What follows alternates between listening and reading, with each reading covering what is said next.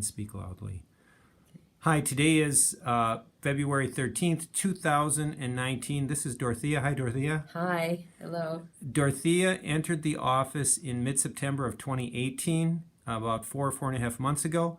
And Dorothea came in with some fairly serious left knee complaints. Is that correct, Dorothea? Yes, I had a torn meniscus and a lot of pain, and I'd been in pain the whole summer. Yes. And so, Dorothea, you brought your MRI in when I saw you that initial visit. Do you remember, do you mind if I just share the findings of your MRI from August of last year? Not at all. Please do. So here is the MRI scan for Dorothea, and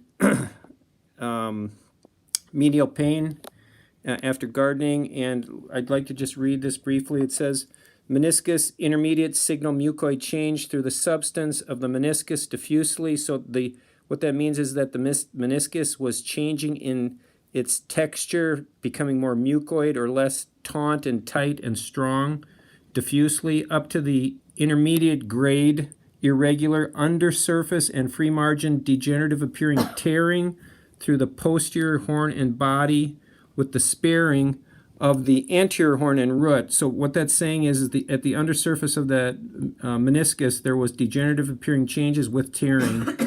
And then the articular cartilage, which is the cartilage that has to glide freely without friction on the bony surface of the bone. It says uniform grade 2 to nearly grade 3 thinning of the articular cartilage. It goes to grade 4. This is grade 2 to nearly grade 3 at the anterior medial condyle, as well as hazy T2 marrow edema, so swelling at the outer margin of the plateau, greater than the condyle. And then below it says the patellofemoral compartment, that's her kneecap, was heterogeneous signal and grade 2 thinning on the cartilage at her kneecap with grade 3 fissuring on the median ridge and the medial facet, the inside portion of her kneecap. And this is more pronounced on the under or inferior surface. And then it says a prominent grade 4 articular cartilage loss, which means the cartilage had degenerated on her kneecap, in the central trochlea, and underlying sclerosis, meaning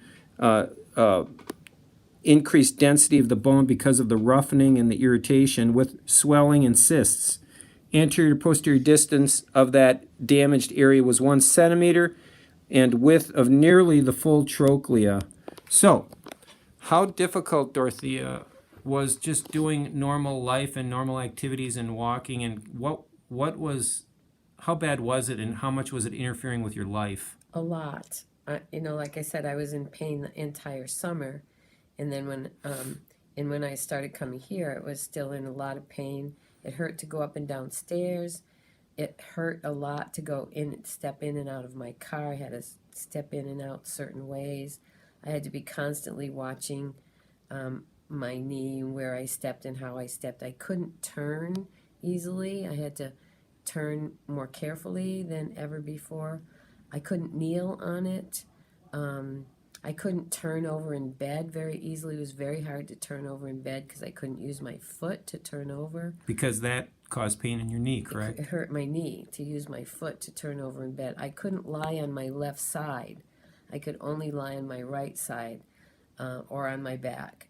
Sometimes I couldn't even lie on my right side. It would hurt the knee. And especially if I laid on my left side, it would really hurt the knee. So sleeping was, hard because I couldn't move around at all. That was like the worst of it. So then, if I was sitting on the ground, I couldn't get up. So can you tell me, how has it changed? A lot. It's changed really a lot. The pain is pretty much gone. I hardly ever feel any pain. Maybe if I accidentally tweak it in some way, I might get a little bit of pain, but it goes away right away. I was telling Dr. Sevlie that I could be in a music class with my grandson and sit on the floor and get up and down with him 2 or 3 times, which I never could do before. And I was worried about it, but I was like, oh no, now what's going to happen? But I was fine. It felt a little tender after that hour of getting up and down 3 or 4 times, but that was all. It was just a little tender, and it went away. And it went away quickly. Quickly. There was nothing the next day. maybe just a little teeny bit of swelling, if at all.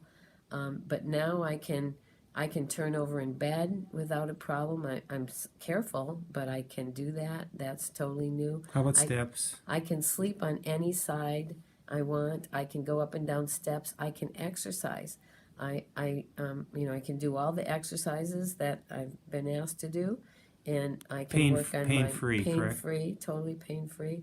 I can work on my exercise machines at home, and that's not a problem. Yeah, so it's much, much, much better. So how difficult was it going through the treatment process? Not difficult at all, except for sometimes when painful manipulations, sometimes those were hard, but most of the time it was fine. And it was a little hard for me because I live far, and so I couldn't come 3 times a week. I only came twice a week. But even with just twice a week, I still made this great progress. How far were you coming, Dorothea? 50 minutes. 50 minutes. So yeah. Dorothea was driving 50 minutes to get her. She wanted a spare knee. She did not want surgery or I didn't replacement. want to have surgery, yeah. I didn't want to be 6 weeks in a cast. That's what the doctor had said. I'd be 6 weeks in a cast, 2 weeks on crutches, and who knows how long trying to rehab it. Yeah, yeah. Right, exactly. So, Dorothea, do you have any advice for future people who might be suffering, wondering, is this a reasonable option? What advice would you have for them? I think it's a great option, an important option to avoid the surgery and all the recovery from that and whatever damage that might do to it. And also the thing I thought was really important, I didn't realize that it wasn't just the torn meniscus. That was the result of the problem. That wasn't really the problem. The problem was the degeneration of the cartilage.